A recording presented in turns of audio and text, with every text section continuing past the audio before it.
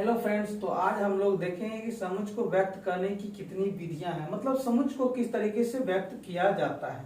तो आइए देखते हैं। तो सबसे पहले हम लोग ये समझेंगे कि व्यक्त करना मतलब क्या होता है। आखिर कैसे समझेंगे कि ये हम लोग समुच को क्या किए हैं, व्यक्त किए हैं। तो समुच को व्यक्त करने की क्या विधियां, या तो विधि भी कह सकते हैं इसको, या रूप भी कह सकते हैं। क्या कह सकते हैं, विधि भी कह सकते हैं या रूप भी कह सकते हैं। मतलब हम लोग समुच को आगे बढ़ाते हैं, हम लोग ये देख रहे हैं कि समुच को कितने तरीके से व्यक्त किया जाता है, व्यक्त करना मतलब क्या होता है, ये हम लोग देख रहे हैं। तो सबसे पहले हम लोग समझते हैं व्यक्त करना का मतलब क्या होता है। व्यक्त करना का मतलब हुआ कि हम किस तरह लिखेंगे, किस तरह किसी के सामने रखेंगे किसी भी चीज को, किस तरीके से किसी के सामने हम किसी भी चीज को क्या करेंगे, परोसेंगे, दिखाएंगे, प्रदर्शित करेंगे। तो वही है, इसका मतलब ये हुआ कि समुच को व्यक्त करने के कितने तरीके, मतलब लिखने के कितने तरीके से हम इसको कितने तरीके से लिख सकते हैं, सजा सकते हैं, किसी दूसरे के सामने रख सकते हैं। जैसे हम लोग जानते हैं कि अंग्रेजी वर्णमाला के अक्षरों को, यानी ए से जेड तक, यानी A B C D E से कहां तक, जेड तक। अब हम लोग बचपन से पढ़ते आ रहे हैं, मतलब जिसमें हम लोगों ने पढ़ना शुरू किया था, उसमें हम लोगों को ए से लेकर जेड तक को दो तरीके से लिखना सिखाया गया था, एक बड़ी अक्षर और एक छोटी अक्षर। यानी ये जो है अंग्रेजी वर्णमाला के अक्षरों को क्या है, व्यक्त करने का तरीका है, दो तरीका है, एक कैपिटल लेटर यानी बड़ा अक्षर और एक छोटा अक्षर। यानी ये इसको क्या है, दोनों एक ही चीज। ऐसा नहीं है कि इसका अलग मीनिंग हो जाता है, इसका अलग मीनिंग हो जाता है, इसको ए पढ़ेंगे और इसको कोई दूसरा चीज पढ़ेंगे, ऐसा नहीं होता है दोनों एक ही चीज, सिर्फ लिखने का तरीका अलग अलग है, व्यक्त करने का तरीका अलग अलग है, किसी के सामने इसको रखने का तरीका, अंग्रेजी वर्णमाला को रखने का तरीका अलग अलग है। बट ये जो है, लेकिन ये क्या है, बात एक ही, दोनों चीजें एक ही है।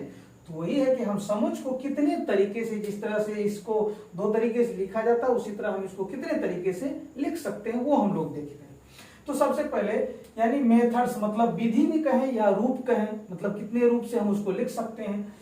तो रूप यानी मेथड्स यानी विधि ऑफ रिप्रेजेंटिंग, व्यक्त करने का क्या विधि, किसको, एक सेट को व्यक्त करने का विधि।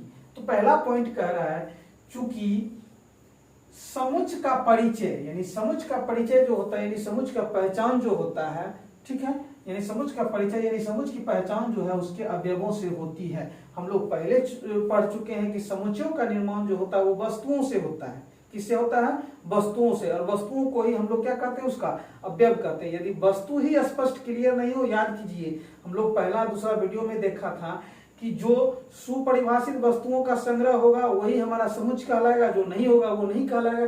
यानी वस्तुओं का समूह जो होना चाहिए वो क्या होना चाहिए, अच्छी तरह परिभाषित होना चाहिए। तो हम लोग ये देखते हैं कि समुच का पूरा श्रेय यानी पूरा भार किस पर है, उसके अवयवों पर है। इसीलिए हम जो भी चीजें पढ़ेंगे समुच में, उसके अवयवों को क्लियर करेंगे पहले, तभी हम लोग पढ़ पाएंगे, नहीं तो नहीं पढ़ पाएंगे। यानी समुच का परिचय जो उसके अवयवों से होता है, उसके अवयव को यदि हमने स्पष्ट कर दिया तो समुच स्पष्ट हो गया, यदि उसका अवयव स्पष्ट नहीं हो पाया तो इसका मतलब समुच स्पष्ट नहीं हो पाया। तो वही कह रहा है कि चूंकि समुच का परिचय जो है उसके अवयवों से होता है, इसलिए समुच को व्यक्त यानी लिखने के लिए उसके अवयवों को स्पष्ट करना पड़ता है। जैसे हम तो ये जान रहे हैं कि हाँ, अंग्रेजी वर्णमाला यानी इंग्लिश अल्फाबेट में कितने लेटर्स होते हैं, 26 लेटर्स होते हैं।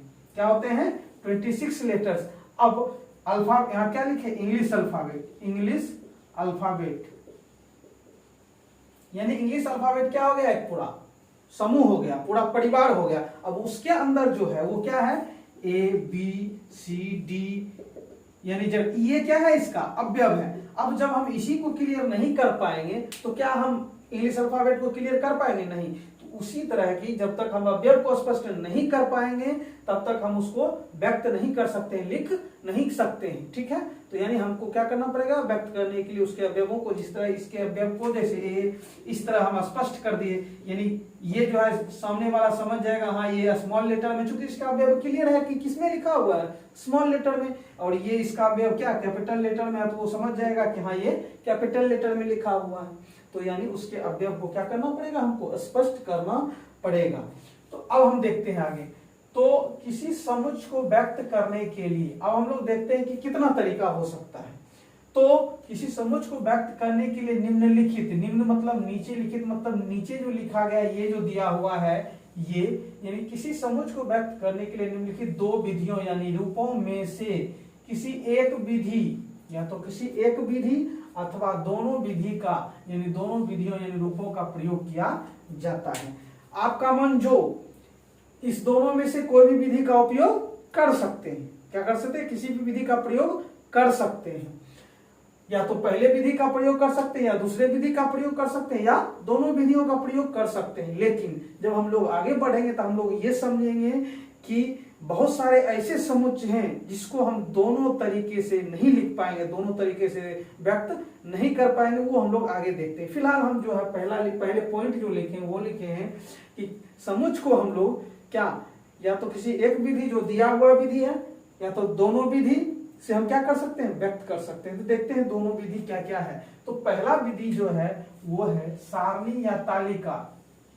सारणी या तालिका या सारणीबद्ध। सारणी मतलब सारणीबद्ध मतलब बांध देना, मतलब समेट देना, बांध देना। तो हम पहला विधि जो है उस विधि को हम लोग कहते हैं सारणी या तालिका या सारणीबद्ध विधि। क्या होता है? सारणी या तालिका या सारणीबद्ध विधि, जिसको हम लोग कहते हैं टेबुलर फॉर्म और रोस्टर फॉर्म, या हम लोग फॉर्म कहें या मेथड कहें। अब हम लोग देखते हैं कि ये क्या होता है। तो ये हमारा सारणी जो है, सारणी जिसको हम लोग कहते हैं टेबल, इसका बहुत सारा यूज होता है। जैसे हम लोग रेलवे स्टेशन पर जाते हैं, तो रेलवे स्टेशन पर जब जाते हैं तो मान लेते हैं पूछताछ, वहां क्या रहता है? एक काउंटर बना हुआ रहता है। वहां हम जाते हैं और पूछते हैं कि भैया यस सर, हमें ये बताइए कि दिल्ली जाने वाली ट्रेन कौन सी है और कितने बजे है। तो वो सामने वाला कहता है कि जाइए बाहर में कौन क्या बोर्ड लगा हुआ है और उस सारणी को देख लीजिए। मीन्स क्या हुआ? यानी ये सारणी यानी टेबल जो है वो क्या, वहां जब हम लोग वहां जाते हैं तो क्या देखते हैं, या ऐसा भी होता है आजकल जो है क्या बड़े स्क्रीन पर जो है क्या रेड कलर में लिखाता रहता है ऊपर नीचे करके। तो हम लोग ये देखते हैं कि इधर जो है ट्रेन का नाम लिखा हुआ रहता है, इधर टाइमिंग लिखा हुआ रहता है और इधर जो है कहां से कहां तक जाएगा, यानी कितने बजे क्या करेगी, आएगी इस प्लेटफॉर्म पर और कितने बजे यहां से जाएगी, ये लिखा हुआ रहता है। ये एक ट्रेन का, फिर दूसरे ट्रेन का, फिर तीसरे ट्रेन का, फिर चौथे, पांचवें, छठे, इस तरह ऊपर नीचे करके लिखा हुआ रहता है। मतलब क्या हुआ कि हम उसका क्या है, वो क्या है वास्तव में टेबल है, सारणी है, समय सारणी है। मतलब यानी हम अगर जो ट्रेन जितना भी है उसके नाम को क्या माने, संख्या माने, अवयव माने, तो हम लोग देखते हैं कि उसका अवयव क्लियर है, स्पष्ट है, यानी ऊपर नीचे करके लिखा हुआ है। तो यही हमारा क्या कहलाता है? सारणी या टेबुलर फॉर्म यानी टेबल फॉर्म। ऐसे हम लोग बचपन में भी पढ़ते आए हैं। टेबल, टेबल मीन्स पहाड़ा। पहाड़ा जब हम लोग लिखते थे तो क्या लिखते थे? जैसे 2 का पहाड़ा तो 2, 2 एकम 2, 2 दूनी 4, 2 तिया 6, 2 चौके 8, 2 पच्चे 10, 2 छक्के 12, 2 सत्ते 14, ये हम लिखते थे 20 तक। तो ये हम लोग क्या देख रहे हैं कि ये सभी इसके क्या है? अवयव है, और उसको हम क्या कर दिए? ऊपर नीचे करके लिख दिए। तो यही हमारा क्या कहलाता है? टेबल कहलाता है, या इसी को हम लोग तालिका भी कहते हैं। क्या कहते हैं? तालिका भी कहते हैं, या इसी को कहते हैं सारणीबद्ध, यानी सारणी के रूप में क्या करना? लिख देना, यानी टेबुलर फॉर्म, टेबल से बना है टेबुलर फॉर्म, या इसी को हम लोग कहते हैं रोस्टर फॉर्म। क्या कहते हैं? Roster form. ज्यादा प्रचलित हमारा रोस्टर फॉर्म है। क्या है? ROSTER, रोस्टर फॉर्म का मतलब होता है, इसको हम लोग कहते हैं रोस्टर, क्योंकि यही ज्यादा यूज होगा। यानी हम लोग को अगर जैसे कहा जाता है, मान लीजिए कि किसी स्कूल में बहुत सारे विद्यार्थी हैं, क्या है? बहुत सारे विद्यार्थी हैं, और आपको कहे कि तुम्हारे स्कूल में जितने विद्यार्थी हैं उसका वजन, उसका एज, उसका क्या मतलब जितना भी उसका डाटा है उसको क्या करो? उसका रोस्टर बनाओ। क्या बनाओ? रोस्टर बनाओ। तो हम क्या करेंगे?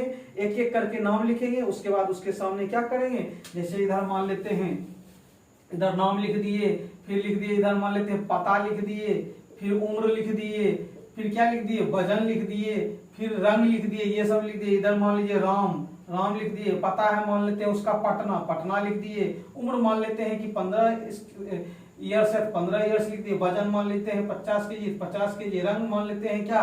ब्लैक लिख दिए। तो यानी ये जो है फिर दूसरे लड़के का, फिर तीसरे लड़के का, यानी यही जो है क्या हुआ? रोस्टर हुआ। या हम लोग स्कूल में देखते हैं जो हम लोगों का जो हाजिरी बनता है, अटेंडेंस बनता है, क्या होता है ऊपर नीचे करके लिखा हुआ रहता है। उसके बाद उसमें क्या, यानी 1 तारीख को ये लड़का एब्सेंट था, प्रेजेंट था, तो वो जो ऊपर नीचे करके लिखा हुआ रहता है वो हमारा क्या होता है, तो वही हमारा एक तरह से रोस्टर होता है। तो पहला जो विधि था वो था सारणी या तालिका या सारणीबद्ध विधि।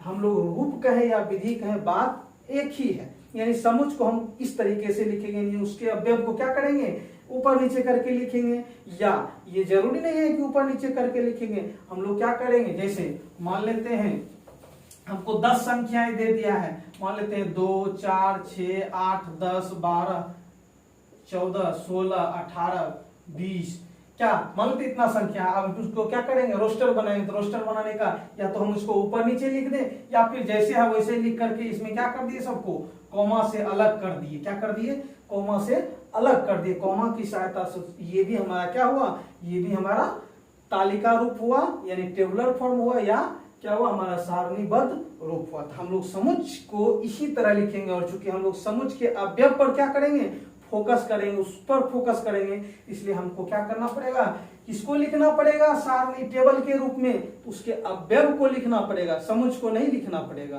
किसको लिखना पड़ेगा, उसके अवयव को ही लिखना पड़ेगा। कैसे लिखेंगे वो हम लोग आगे देखेंगे। फिलहाल हम लोग ये समझते हैं कि कितने तरीके हैं, कितने विधि हैं, तो आगे बढ़ते हैं। दूसरा हमारा है प्रतीकात्मक। अब यहाँ एक शब्द है प्रतीकात्मक। प्रतीकात्मक,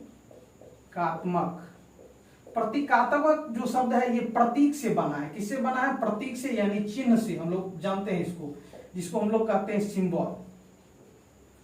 अब दूसरे रूप में जो है हम लोग तालिका या टेबल नहीं बनाएंगे। क्या नहीं बनाएंगे, तालिका या टेबल नहीं बनाएंगे उसके अवयवों का, बल्कि हम क्या करेंगे, उसके अवयव को बतलाने के लिए, समुच्च के अवयव को बतलाने के लिए हम लोग सिंबल का यूज करेंगे। क्या चीज का यूज करेंगे, सिंबल। कौन सा सिंबल यूज करेंगे वो हम देखेंगे। तो हम लोग क्या करेंगे, सिंबल की सहायता से समुच्च को दिखाएंगे कि हाँ ये समुच्च है। तो हम लोग या तो सिंबल का यूज करेंगे, या इसी को कहते हैं गुण प्रकटीकरण। अब ये क्या होता है, तो गुण का मतलब होता है गुण प्रकटीकरण, यानी ये प्रकटीकरण का मतलब होता है प्रकटीकरण, यानी प्रकट करने की प्रक्रिया। तो हम लोग अब यहाँ क्या करेंगे, उसके गुण को प्रकट करेंगे। प्रकट करना मतलब सामने लाएंगे। जैसे हम लोग बहुत बार देख चुके हैं, जैसे मान लेते हैं कि ए बराबर क्या हुआ, मान लेते हैं कि A-E-I-O-U।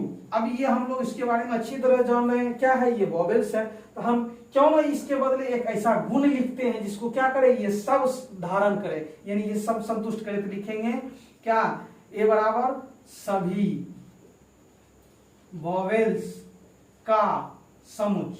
अब देखिए हम लोग ये देख रहे हैं कि ये जो है ए भी वोवेल है, ई भी वोवेल है, आई भी वोवेल है, ओ भी वोवेल है, यू भी वोवेल है। मतलब ये हमारा क्या हो गया, एक गुण हो गया। और इस गुण को क्या कर रहा है, इसकी ये सभी अवयव जो है क्या कर रहा है, संतुष्ट कर रहा है। मतलब इस गुण को सब क्या कर रहा है, रख रहा है। यदि किसी ने यहाँ मान लीजिए डी दे दिया, तब ये क्या हो गया, हमारा गलत हो गया। लेकिन हमको तो उसमें अभी तो हम पहले देख चुके हैं, यानी यही हम क्या करेंगे यहाँ। अब इसके बदले ये हमारा अभी तुरंत देखे थे कि ये हमारा क्या हो गया, इसका टेबल हो गया। लेकिन हम ये नहीं लिख करके इसके बदले क्या लिखेंगे, ये गुण लिखेंगे।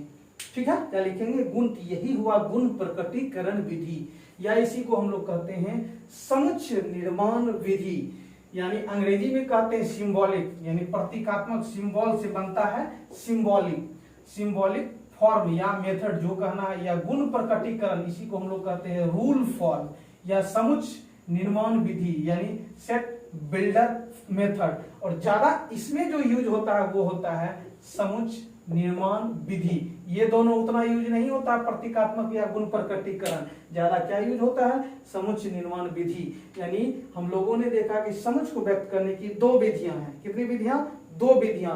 पहला विधि है सारणी या तालिका या सारणीबद्ध विधि, जिसको हम लोग अंग्रेजी में टेबुलर फॉर्म या रोस्टर फॉर्म कहते हैं, और इसमें ज्यादा प्रचलित है रोस्टर फॉर्म। और दूसरा जो हमारा ये प्रतीकात्मक या गुण प्रकटीकरण या समुच्च निर्माण विधि, और इसमें जो प्रचलित है वो है हमारा समुच्च निर्माण विधि। अब हम लोग इस दोनों को एक एक करके देखते हैं कि किस तरह लिखते हैं।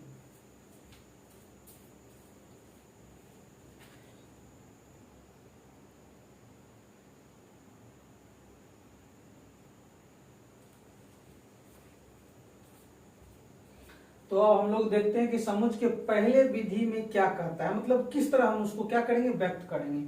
तो सबसे पहले हम लोग उदाहरण लेते हैं, उसको देखते हैं, तब इसको अच्छी तरह पढ़ेंगे। चूंकि हम लोग जो क्या प्रैक्टिकली देखेंगे वही यहाँ क्या किए हैं, शब्दों में लिखे हैं। तो पहले हम लोग देखते हैं कि ए कोई समुच्चय है, यानी ए बराबर क्या है, ए बराबर प्रथम 5 प्राकृत संख्याओं का क्या समुच्चय, यानी एक समुच्चय ए है जो कि क्या है, किसका समुच्चय है, यानी प्रथम 5 प्राकृत संख्याओं का, यानी इसके अवयव क्या है, तो प्रथम 5 प्राकृत संख्या है। तो हम लोग देखते हैं कि हम लोग जानते हैं कि प्राकृत संख्या क्या होता है, तो हम लोग पढ़े हैं कि गिनती की संख्या को हम लोग क्या करते हैं, कहते हैं प्राकृत संख्या। जो हम लोग बचपन से क्या पढ़ते आ रहे हैं, हम लोग शुरू किए थे 1 2 3 4 5 6, यानी 1 से 100 तक लिखते थे, लेकिन 100 से भी क्या है आगे ये बढ़ते चला जाएगा, मतलब जितना इसके पीछे भागते जाएंगे ये कभी रुकने वाला नहीं है। तो यही संख्या हमारा क्या कहलाता है, प्राकृत संख्या कहलाता है। तो प्राकृत संख्या कहां से शुरू होता है, 1 2 3 4 5 6 7 8 9 10 11 12 ये चलता चलेगा। लेकिन हमको यहाँ ये जो कह रहा है, ये कह रहा है कि भाई आप प्रथम मतलब शुरू के 5 ही लिखिए, उससे ज्यादा नहीं। तो शुरू से 5 कौन कौन है, 1 2 3 4 5, यानी ये हमारा क्या है, इस समुच्चय का अवयव है। बाकी सभी ये क्या होंगे, नहीं होंगे। तो यानी 1 2 3 4 5 ये हमारे क्या है, इसके अवयव है। अब हम इसको जो है क्या, ये तो क्या है समुच्चय हो गया, यानी इस समुच्चय के अवयव ये सभी हैं। और हमने पहले बताया हमको समुच्चय को मेन क्या करना है, स्पष्ट करना है। तो यानी समुच्चय को, यानी इसके अवयव को हमको क्या करना है, किस रूप में लिखना है, यानी सारणी, यानी उसके अवयवों का सारणी या तालिका बनाना है। और वही हमारा क्या हो गया, सारणी रूप हो जाएगा। तो हम लोग क्या करेंगे, चूंकि यहाँ ए कोई समुच्चय है, इसलिए हम ए, यानी हम लोग समुच्चय को अंग्रेजी वर्णमाला के बड़े अक्षरों से सूचित करते हैं, इसलिए ए ही लेंगे। अब चूंकि यहाँ ये जो है, ये एक स्पेशल गुण लिखा हुआ है, क्या लिखा हुआ है, गुण लिखा हुआ है। तो हम चूंकि इसको किस रूप में लिखने जा रहे हैं, सारणी रूप में। इसके भी जितने भी अवयव हैं हम क्या लिखे हैं, कि समुच्चय को व्यक्त करने की इस विधि में, यानी ये इस विधि में, सारणी विधि में समुच्चय के सभी अवयवों को एक मंझोले कोष्ठक, कौन कोष्ठक, मंझोले, यानी समुच्चय का जितना भी, जिस समुच्चय को हम लोग सारणी रूप में लिखने जा रहे हैं उसका जितना भी अवयव होगा उसको किसमें, एक मंझोले कोष्ठक, जो कि किस तरह का होता है, इस तरह का, जिसको हम लोग अंग्रेजी में कहते हैं ब्रेसेज, यानी एक मंझोले कोष्ठक के अंदर क्या किया जाता है, एक एक करके लिख दिया जाता है। किसको, समुच्चय के अवयवों को। किसके समुच्चय के अवयवों को, तो जिसको हम लोग सारणी रूप में लिखने जा रहे हैं, इसके जितने भी अवयव है उसको क्या करते हैं, मंझोला कोष्ठक एक लेते हैं और उसके अंदर क्या करते हैं, इसको लिख डालते हैं। इसका क्या अवयव था, 1 2 3 4 5। तो यानी पहला जो ये स्टेप था कि समुच्चय को व्यक्त करने की इस विधि में समुच्चय के जितना भी अवयव है सभी अवयवों को एक मंझोले कोष्ठक यानी ब्रेसेज कर्ली ब्रैकेट के अंदर क्या किया जाता है, एक एक करके लिख दिया जाता है। मतलब एक भी छोड़ना नहीं है, एक भी छूटा तो गलत हो जाएगा। अब हम यदि इसको ऐसे छोड़ दें, मतलब यहां से ये मान लेते हैं, ये यहां से ये हम काट के हटा दें, तो हमारा ये क्या हो जाएगा, गलत हो जाएगा। क्यों, क्योंकि इसको कोई आएगा कहेगा इकाई दहाई सैकड़ा हजार 10,000 यानी 12,345 पढ़ देगा, जो कि गलत है। क्योंकि ये अलग है, ये अलग है, ये अलग है, ये अलग है, ये अलग। और हम लोग जानते हैं कि अलग करने के लिए हम क्या करते हैं, कॉमा, यानी जिसको हम लोग हिंदी में कहते हैं अर्धविराम, उसकी मदद लेते हैं। इसलिए हमको इसको क्या करना पड़ेगा, अलग करना पड़ेगा।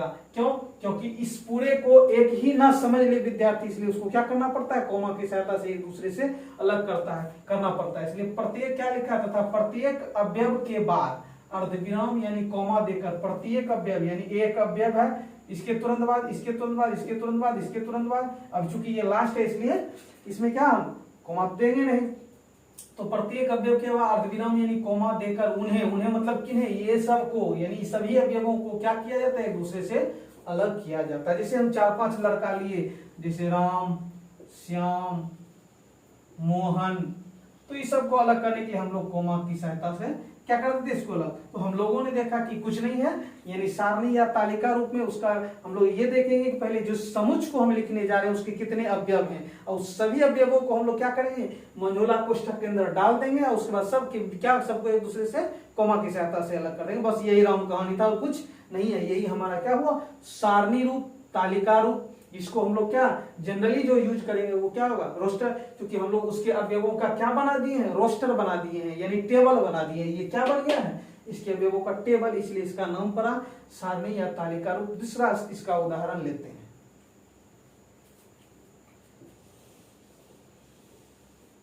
अब यहाँ क्या दिया हुआ, बी दिया हुआ, तो हम लोग बी बराबर, ये कह रहा अंग्रेजी वर्णमाला के सभी वॉवेल्स, हम लोग जानते हैं अंग्रेजी वर्णमाला में कितने वॉवेल्स है, 5 है, ए ई आई ओ यू। तो इसके अवयव कौन कौन हो गए, ए ई आई ओ यू। इस सारे अवयव को हम किसमें लिखने जा रहे हैं, सारणी रूप में। इसलिए क्या करेंगे, सारे अवयव को एक मंझोले कोष्ठक के अंदर डाल देंगे, एक दूसरे से क्या कर देंगे, कोमा की सहायता से अलग कर देंगे, बस हो गया।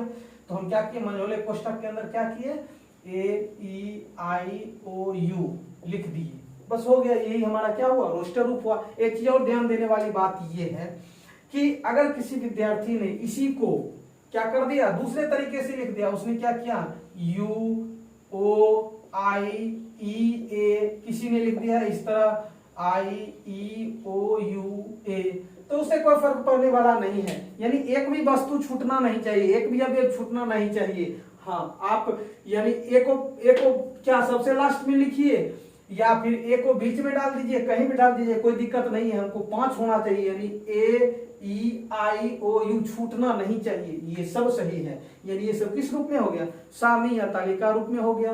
हाँ, यानी इसमें अवयव छूटना नहीं चाहिए और कोई भी वस्तु दोबारा नहीं आना चाहिए। बाकी आप कहीं भी लिखिए, उससे हमको कोई मतलब नहीं है, कहीं भी बैठा दीजिए उसको। यहाँ जो है बैठाने पर ज्यादा ध्यान नहीं दिया जाता। हाँ, एक भी अवयव नहीं छूटना चाहिए। आइए तीसरा देखते हैं हम लोग। तीसरा हमारा है, तीसरा है एस बराबर क्या है, समीकरण एक्स स्क्वायर माइनस 25 के हलों का समुच्चय। अब इसका जितना भी हल होगा उसका क्या निकालना है, समुच्चय निकालना है। यानी ये समीकरण आपके पास कितना है, ये है, उसका हल। हल का मतलब क्या, यानी ये क्या किसका समुच्चय है, तो समीकरण एक्स स्क्वायर माइनस 25, यानी ये हो गया हमारा एक्स स्क्वायर माइनस 25 बराबर 0। ये एक हमारा क्या है, समीकरण है। कैसा समीकरण है, हम ये जानते हैं, 10th में पढ़ चुके, 10वां में। ये एक द्विघात समीकरण है। कैसा समीकरण है, द्विघात समीकरण है। अब यही कह रहा है कि समीकरण इतना के हल, यानी इसके हल जो होंगे, यानी x का मान, हल का मतलब इसका x का मान। और हम जानते हैं कि इस द्विघात समीकरण में x का 2 मान होता है, चर का 2 मान, यानी x का 2 मान आएगा। कैसे, वो हम अभी देखते हैं। यानी समीकरण हलों का समुच्चय, यानी इसका जो दो हल आएगा उसी को क्या कर देना है, क्या कर देना है, मंझोले का कोष्ठक के अंदर कोमा की सहायता से डाल देना है, बस हो गया। तो इसको हम लोग जब हल करते हैं तो क्या होता है, एक्स स्क्वायर माइनस 25 को हम लोग 5 का स्क्वायर लिख सकते हैं बराबर 0। अब हम जानते हैं कि ये जाएगा हमारा ए स्क्वायर माइनस बी स्क्वायर पर, तो क्या होता है, यानी कहने का मतलब ए स्क्वायर माइनस बी स्क्वायर का सूत्र क्या होता है, यानी दोनों पर जब स्क्वायर हो बीच में माइनस हो तो क्या होता है, एक बार ये ए और बी एक बार प्लस में और एक बार माइनस में। तो उसी तरह है कि x और 5 पर स्क्वायर है तो ये x और 5 एक बार प्लस में और एक बार माइनस में आ गया, ये बराबर 0। और हम लोग देखते थे कि ये भी 0 के बराबर एक बार, यानी x प्लस 5 बराबर 0, और ये भी हमारा x माइनस 5 बराबर 0। यहाँ से x आ गया क्या 0, प्लस में से ये उधर गया तो क्या माइनस हो गया, यानी -5, इधर x बराबर 0 प्लस 5 बराबर 5, यानी x का क्या मान आया, तो 2 मान आया, एक -5 और एक 5। यानी ये जो है क्या हुआ, इसके अवयव हुए, इसके अवयव 5 -5 और 5 हुआ। तो यानी हम जब 3 का जो आंसर होगा हमारा, यहाँ लिखते हैं, यानी 3 का जो आंसर होगा s बराबर क्या हो जाएगा, तो -5 और 5, यही हमारा क्या हो गया, सारणी रूप या तालिका रूप। आगे देखते हैं, चौथा देखते हैं।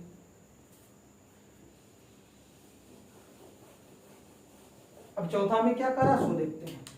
चौथा में कह रहा है कि शब्द मैथमेटिक्स, ये एक शब्द है मैथमेटिक्स, मैथमेटिक्स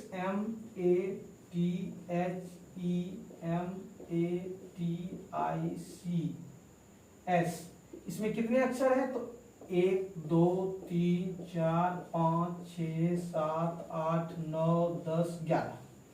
अब मैथमेटिक्स के शब्द, ये मैथमेटिक्स जो है के सभी लेटर्स, यानी जितना भी लेटर्स है, कितने लेटर्स, 3 6 9 11 जो लेटर्स है उसका क्या निकालना है, समुच्चय। यानी इसका जितना भी लेटर है उसको क्या कर देना, यानी उसके अवयव हो उसको क्या कर देना, मंझोले कोष्ठक के अंदर कोमा की सहायता से डाल देना है।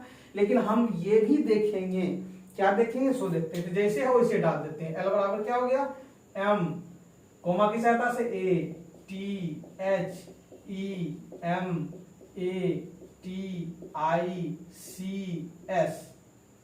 क्या हो गया, एस तक। तो हमने इसको मझोले कोष्ठक के अंदर डाल दिया।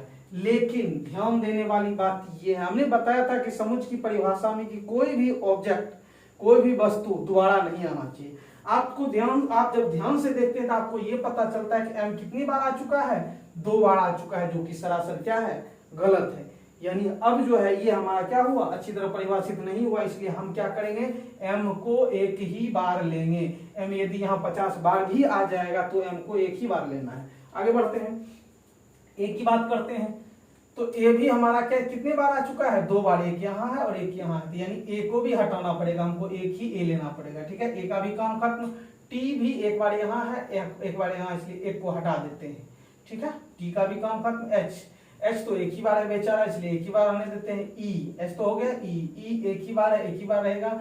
आई एक ही बार है, सी एक ही बार है। अब ये हमारा क्या बना, समुच्चय बना, यानी ये हमारा क्या हो गया, यानी M A T H E I C S, ये हमारा क्या हो गया। चूंकि जितने भी लेटर्स थे इसमें वो सब का हमने क्या किया, सादी बना दिया, तालिका बना दिया। अब एक चीज आपने ये भी ध्यान दिया होगा कि हमने ये पढ़ा था, चूंकि ये सभी क्या हो गए इसके, ये सभी जो है इस एल हो गया हमारा समुच्चय, ये सभी इसके क्या हो गए, अवयव। हमने पढ़ा था कि समुच्चय को बड़े अक्षर से क्या, तो बड़े अक्षर से सूचित करते हैं, लेकिन उसके अवयव यानी इस सबों को किससे सूचित करते हैं, छोटे अक्षर से।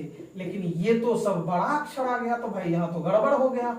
क्या हो गया, गड़बड़ हो गया। तो गड़बड़ कुछ नहीं हुआ, क्योंकि हमारे प्रश्न में जो ये लेटर्स जो था वो सब पहले से क्या था, बड़ा अक्षर, इसलिए हम इसमें कोई छेड़छाड़ नहीं करेंगे, कोई हेरफेर नहीं करेंगे। यदि ये बड़ा दिया तो बड़ा ही रखेंगे, यदि ये छोटा दिया तो छोटा ही रखेंगे। लेकिन जब हमको नहीं दिया हुआ रहेगा तब जब हम उसके अवयव को लिखेंगे तो छोटा अक्षर में, जैसे यहाँ हमने देखा 2 में कि अंग्रेजी वर्णमाला के क्या सभी वॉवेल्स का समुच्चय, तो ये बी बराबर हमने लिखा ए ई आई ओ यू। चूंकि ये हमको क्या पहले से कैपिटल लेटर्स नहीं दिया था बड़ा अक्षर, इसलिए हम यहाँ क्या किए, बड़ा अक्षर नहीं देंगे। इसमें चूंकि हमको अपने से लिखना था तो इसके जितने भी अवयव अगर हम इसको लिख देते ए ई आई ओ यू, तब ये गलत होता।